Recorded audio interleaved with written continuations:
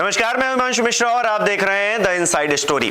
तो अब वक्त आ गया है राजनीति में जब विपक्ष यानी कि इंडिया गठबंधन की असल अग्नि परीक्षा होने जा रही है।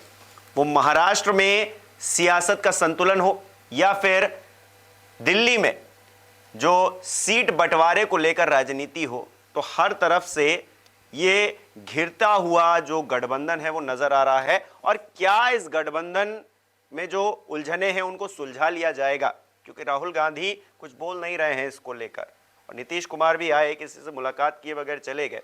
अरविंद केजरीवाल सीट शेयरिंग को लेकर जिस तरह से मुखर हुए हैं और शरद पवार जी महाराष्ट्र में जिस तरह का रुख उनका रहा है, तो ये क्या चल रहा है अंदर खाने, क्या चल रहा है इनसाइड, जानने की कोशिश करेंगे। डॉक्टर संजीव त्रिवेदी जी वरिष्ठ पत्रकार हमारे बीच है। संजीव जी, क्या चल रहा है, किस तरह से देखा जाए ये तमाम चीजें एक साथ हो रही हैं? कल दिन भर मैं नीतीश कुमार को फॉलो कर रहा था और मैंने देखा कि एक व्यक्ति जो कि इंडिया गठबंधन का सूत्रधार है, तो वो दिल्ली पहुंचते ही अटल जी की समाधि पर पहुंच गए और अटल जी की समाधि पर पहुंचने के बाद पुष्प अर्पित करने के बाद उनसे एक प्रश्न किया गया कि साहब, आप पहले कभी नहीं यहाँ आए और इस बार क्या खास है? क्योंकि पवार साहब नीतीश कुमार संकेतों में राजनीति करते हैं, तो किसे संकेत दे रहे थे अटल जी के समाधि पर पहुंच के? देखिए, अटल जी ने उनकी राजनीति में बहुत कंट्रीब्यूशन किया है, बहुत। वो एक ऊंचाई को अगर उन्होंने राजनीति में प्राप्त किया जब रेल मंत्री बने, तो अटल जी की सरकार में बने। अटल जी ने उन्हें चुना और सरकार में इतनी अहम जानकारी जिम्मेवारी दी।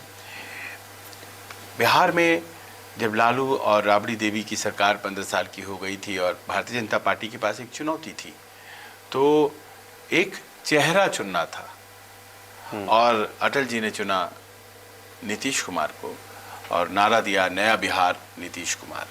और ये नारा इतना लोगों को जचा, इन 4 शब्दों ने जो उन्हें सत्ता थमाई, वो आज तक वो थामे हुए हैं। तो जाहिर है कि अटल जी के प्रति, लेकिन कभी वो उन्होंने एक पटना में बड़ा शानदार सड़क बनवाया है, एलिवेटेड रोड, उसका नाम भी अटल पथ रखा है उन्होंने। तो ऐसा नहीं है कि वो जुड़े हुए नहीं रहे। अटल बिहारी वाजपेयी से अमूमन उस दौर के सभी नेता, चाहे वो पक्ष हो प्रतिपक्ष हो, वो जुड़े रहते हैं। लेकिन आप कभी जाए नहीं, और इस नाजुक मौके पर जब हर एक नेता के ऊपर बड़ी कड़ी नज़र है, तो उस वक़्त आप गए। उसका नतीजा क्या हुआ कि कल 2 बजे के आसपास वो श्रद्धेय अटल तक गए समाधि। उसके बाद से पूरा शाम आप ये समझ लीजिए खाली चला गया। कोई मुलाकात नहीं, किसी से मुलाकात नहीं। बीच में कुछ देर के लिए वो गए, अपना आई चेकअप करानी थी, करा के आ गए। उसके बाद किसी से कोई मुलाकात नहीं। आज सुबह से शाम के 4 बजे कोई मुलाकात नहीं, कोई बात नहीं, वापस चले गए नीतीश कुमार। एक ऐसा व्यक्ति जो सूत्रधार है इंडिया का, वो दिल्ली पहुंचे, उसकी किसी से बात ही ना हो। उनकी मौजूदगी में राहुल गांधी लद्दाख निकल गए, वो दिल्ली में थे। अरविंद केजरीवाल का जन्मदिन कल, और जन्मदिन के मौके पर जाकर के भी बधाई हो सकती थी और उसमें तमाम बातें हो सकती थी, नहीं हुई, क्योंकि आम आदमी पार्टी और कांग्रेस के बीच राड़ छिड़ गया। और ये एक नई चीज़ सामने आ गई कि अरे, ये तो जो कुछ दिनों बाद होना था और बंद कमरे में बैठकों के दौरान तय होना था, वो सड़क पर तय होने लग गया। बयानबाजियाँ शुरू हो गई।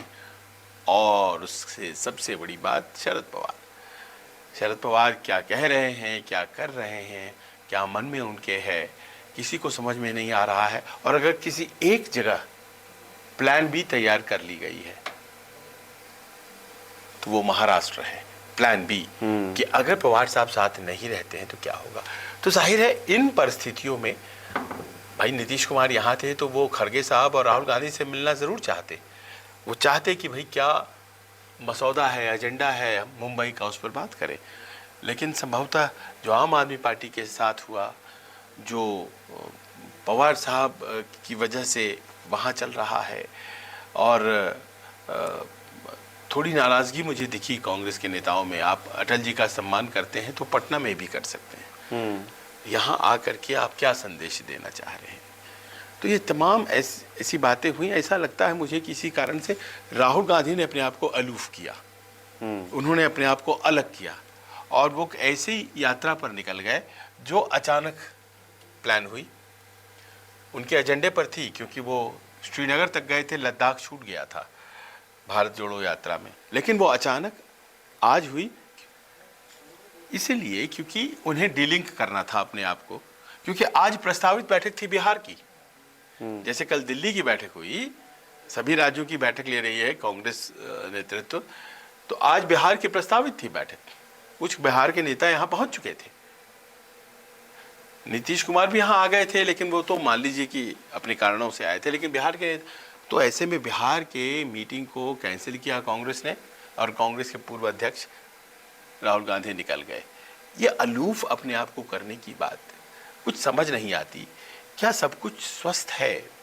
एनडीए गठबंधन तो सीटें डिक्लेयर कर रहा है इलेक्शंस के लिए, चुनाव समिति की बैठक, और सीटें अभी चुनाव डिक्लेयर नहीं हुई हैं, सीट डिक्लेयर हो गई। हाँ? और इधर देखिए कि यहाँ पर आपस का जो तालमेल है उसके सामने प्रश्न चिन्ह। तो यही इसी में तो सामंजस्य बनाना था। यही बातें तो पहले से कही जा रही थी कि इन्हीं बातों पर अटकेगा जाकर गठबंधन। आप साथ में एक साथ हाथ ऊपर करके ऐसे कहते हैं कि हम साथ में हैं, 19 में भी तो किया था, लेकिन यही ना सीट बंटवारे को लेकर ये जो दबाव की राजनीति जो अक्सर कांग्रेस भी जिक्र करती है, तमाम दल जिक्र करते हैं कि ईडी हो गई, सीबीआई हो गई, इन सब का दबाव डालकर कहीं ना कहीं मजबूर करने की जो परिस्थिति आती है दलों को, तो उनसे उठकर आप एक साथ खड़े रहें, एक यूनिटी में खड़े रहें, यही तो करना था। लेकिन अभी से जो है, जो हम लोगों ने कुछ दिन पहले हम लोग जिक्र कर रहे थे कि ट्रेन से बहुत सारे लोग उतर जाएंगे, तो अब उतरना शुरू हो गए हैं या फिर उस तरफ संकेत दे रहे हैं। और अगर कांग्रेस ने इसे नहीं संभाला या फिर राहुल गांधी ने इसको नहीं संभाला, वो अपने आप को अलग कर रहे हैं इन चीजों से, तो फिर ये गठबंधन 2024 की दहलीज तक पहुंचेगा, चुनाव की दहलीज तक पहुंचेगा, मुश्किल लगता है। अब हर प्रादेशिक पार्टी को अपने अस्तित्व की जो चिंता होती है उसी के तहत वो गठबंधन करते हैं। और ये जो इंडिया गठबंधन है ये उसी मजबूरी का प्रतीक है। आखिर अचानक से क्यों नाराज हो गए अरविंद केजरीवाल? गठबंधन नहीं होगा तो पहले तो उन्हें गठबंधन की इतनी कभी चिंता नहीं थी, तो उनकी पार्टी तुरंत में एकदम प्रतिक्रिया दिखाने पर आमादा हो गई। प्रश्न तो ये है कि अगर दिल्ली को लेकर के कांग्रेस नेतृत्व की बैठक हुई है तो क्या वो 7 सीट पर तैयारी नहीं करेंगे क्या? वो तो करेंगे ना, वो तो कहेंगे कि हम 7 सीट के लिए तैयार हो रहे हैं। गठबंधन की जब बात आएगी तब आएगी। आम आदमी पार्टी की भी बैठक होगी तो वो 7 सीट की तैयारी करेंगे ना। 2 दफे दोनों लोग 7 सीटें लड़ चुके हैं। अगर इस बार की संभावना गठबंधन की बन रही है तो इसलिए कि इंडिया अलायंस बन गया है, पहले नहीं था तो साथ नहीं लड़े थे, तो तैयारी तो सबों की साथ साथ लड़ने की होती है। दोनों बार दोनों ही 0-0 पर आउट हो गए, क्योंकि वोट का अगर डिवीजन होगा तो जाहिर है कि वो नहीं जीत पाएंगे। ये दिल्ली है। दूसरी बात यह है कि इसमें अगर आप धैर्य खो रहे हैं और तुरंत में फैसला, प्रियंका कक्कड़ जो हैं जिन्होंने अनाउंस किया कि फिर मुंबई की बैठक में जाने का फ़ायदा क्या है, वो कोई सामान्य व्यक्ति नहीं है, वो पार्टी की नेशनल स्पोक्स पर्सन है, बिल्कुल राष्ट्रीय प्रवक्ता है। और अगर उनकी ज़ुबान से कोई बात निकलती है तो वो पार्टी का स्वर है। अलका लांबा की बात जो है वो मैं बहुत उसको भी हल्के में नहीं मानता, क्योंकि भाई वो भी प्रवक्ता है पार्टी की।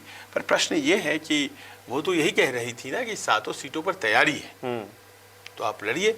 अब अरविंद केजरीवाल के बारे में जो बातें उन्होंने कही वो नहीं कही जानी चाहिए थी, या दूसरे नेता जो दिल्ली कांग्रेस के हैं वो नहीं, उन्होंने नहीं कहना था ये सब बातें कि भाई वो नहीं रहेंगे सत्ता में वगैरह वगैरह। साहब ऐसा है कि वो सत्ता में हैं आज की तारीख में, और उन्होंने 3 बार भारतीय जनता पार्टी को हराया है, आपको हराया है, कांग्रेस को हराया है। तो फिर ऐसे में गठबंधन और बड़े मार्जिन से हराया है, ऐसा भी गठबंधन नहीं। के स्वर नहीं है।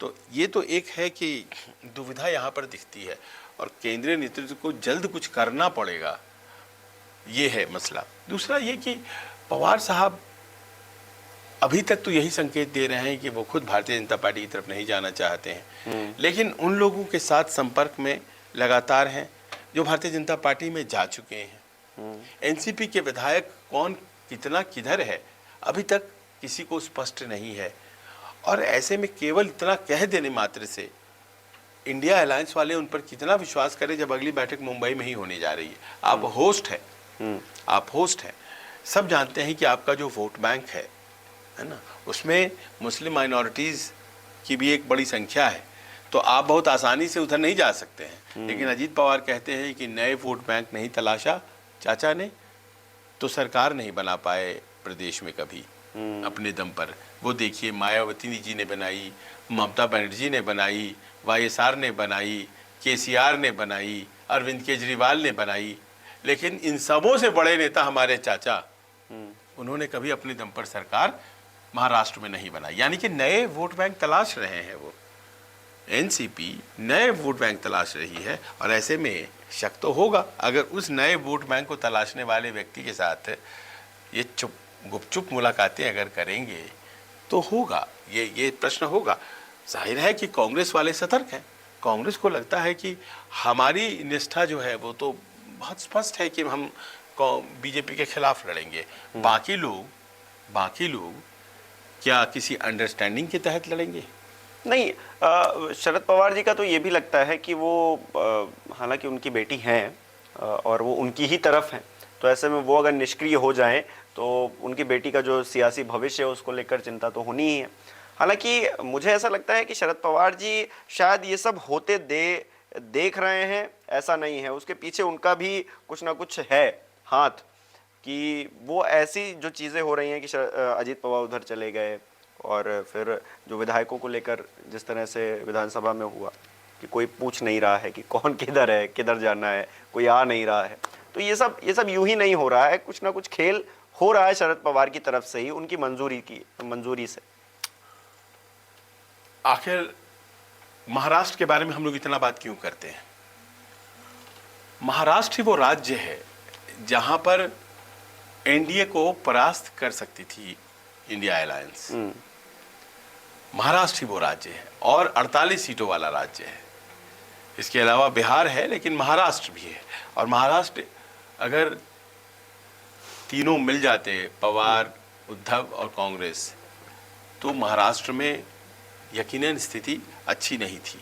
हम एक साल पहले ही जाके देखें, अगर मतलब जब शिंदे ने बगावत नहीं की थी, उससे पहले की हम परिस्थितियां देखें तो यही लग रहा था कि एक तो बिहार हो गया क्योंकि यहाँ पर सीएम साहब ने पलटी मार दी, वो इधर आ गए, और दूसरा उधर लग रहा था कि 88 सीटों की बात हम लोगों ने इसी शो में कितनी बार की है। और आप देखिए आज की तारीख में पलट गया है महाराष्ट्र के बारे में, अब आप श्योर नहीं है। हाँ, इंडिया अलायंस बन गया है, लेकिन महाराष्ट्र के बारे में जो अलायंस पहले था इंडिया अलायंस के बगैर, एक अलायंस महाराष्ट्र में था, MVA, महाराष्ट्र विकास अघाड़ी, वही अगर रह जाता तो बाकायदा विपक्ष की स्थिति अच्छी होती, सत्ता पक्ष वहां पर कमजोर थी। आज की तारीख में इंडिया अलायंस के गठन के बाद सत्ता पक्ष की स्थिति वहां ज्यादा बेहतर है, विपक्ष की स्थिति डामाडोल हो गई है। तो इंडिया अलायंस का क्या फायदा हुआ, आप ये देखिए। दूसरी कहानी है अरविंद केजरीवाल की। अरविंद केजरीवाल और कांग्रेस अगर ये साथ नहीं आ पाते हैं, जो कि पूरी तरह से संभव है, ऐसा नहीं है कि नहीं संभव है, क्योंकि हमेशा अरविंद केजरीवाल की सियासत की जमीन वहीं मजबूत हुई है जहां जहां कांग्रेस की जमीन कमजोर हुई है। तो वो और दोनों अब साथ आ जाएं तो ये तो होगा कि आग और पानी का साथ आना, पर सियासत में जो कि सब संभव है वो हो भी सकता है। तो आप देखिए 21 सीटें हैं लोकसभा की, 7 सीटें हैं दिल्ली की, 13 सीटें हैं पंजाब की और एक चंडीगढ़ की, कुल मिला के 21 सीटें प्रभावित होती हैं, 21 सीट्स, जो कि छोटी संख्या नहीं है, जो कि छोटी संख्या नहीं है, गिवन द फैक्ट कि एक एक सीट पर आखिर 3-4 सीटों से ही तो रह गई मुख्य विपक्षी पार्टी नहीं बन पाई कांग्रेस, लीडर ऑफ ऑपोजिशन नहीं बना पाई। तो एक एक सीट का जहां महत्व होता है, एक एक सीट पर इस बार अध्ययन कर रही है बीजेपी, तो आप 21 सीटों पर अगर आपस में खींचतान मचा रहे तो क्या है। और मुझे तो कभी कभी ये लगता है कि जो आपस में खींचतान होता है ये पब्लिक कंजम्पशन के लिए होता है, हमें दिखाने के लिए होता है। दरअसल पर्दे के पीछे कोई डीलिंग हो रही होती है और पर्दे के आगे लड़ाई बता दी जाती है कि हम इनसे लड़ रहे हैं, वो हमसे लड़ रहे हैं, हम उनसे लड़ रहे हैं। अंदर में रिकंसिडरेशन चल रहा होता है। इंडिया अलायंस तो ठीक है, इसके अलग से भी कुछ है क्या जो हमारी स्थिति को हमारे राज्य में महफूज रखता है, मजबूत करता है? कुछ है क्या? और ये आपको उदाहरण के तौर पर अगर समझना है तो आ जाइए महाराष्ट्र।